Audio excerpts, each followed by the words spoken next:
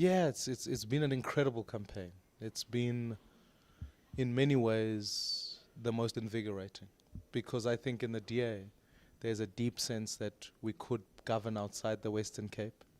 There's a deep sense that actually this election has been a battle between ANC versus DA, which is important because I think historically the ANC wanted to frame the question as black versus white, and they are still trying today. That's why Jacob Zuma wants to say black people that side, white people that side.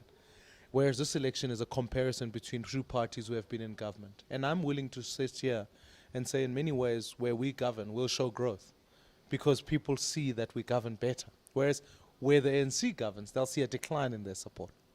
But also our activists have come on board. They've been very excited about the way forward. We had an incredible manifesto launch. It was the first time the DA has ever launched in a stadium event, and I thought that was very positive. Tomorrow we'll have a closing rally in a stadium in Dobsonville, putting us in a new community, saying to us, we're a party for all South Africans. I think that's going to be a very exciting thing. I also think it's the first time we've had candidates across the majority of the wards here in South Africa, which I think is a really, really positive thing because it says we've put the infrastructure right across the country to campaign. So along this campaign, I found myself in communities that perhaps maybe the DA had never been before. I've been to Northern Zululand, I've been to Mpumalanga, I've been to Umtata, I've been to Epai, Equa. I've been to all communities. We've been to rural Western Capes, urban areas. And I think there is a great sense of optimism amongst DA people. Also, the last thing is, I think this is an election where we've had to contest for non-racialism.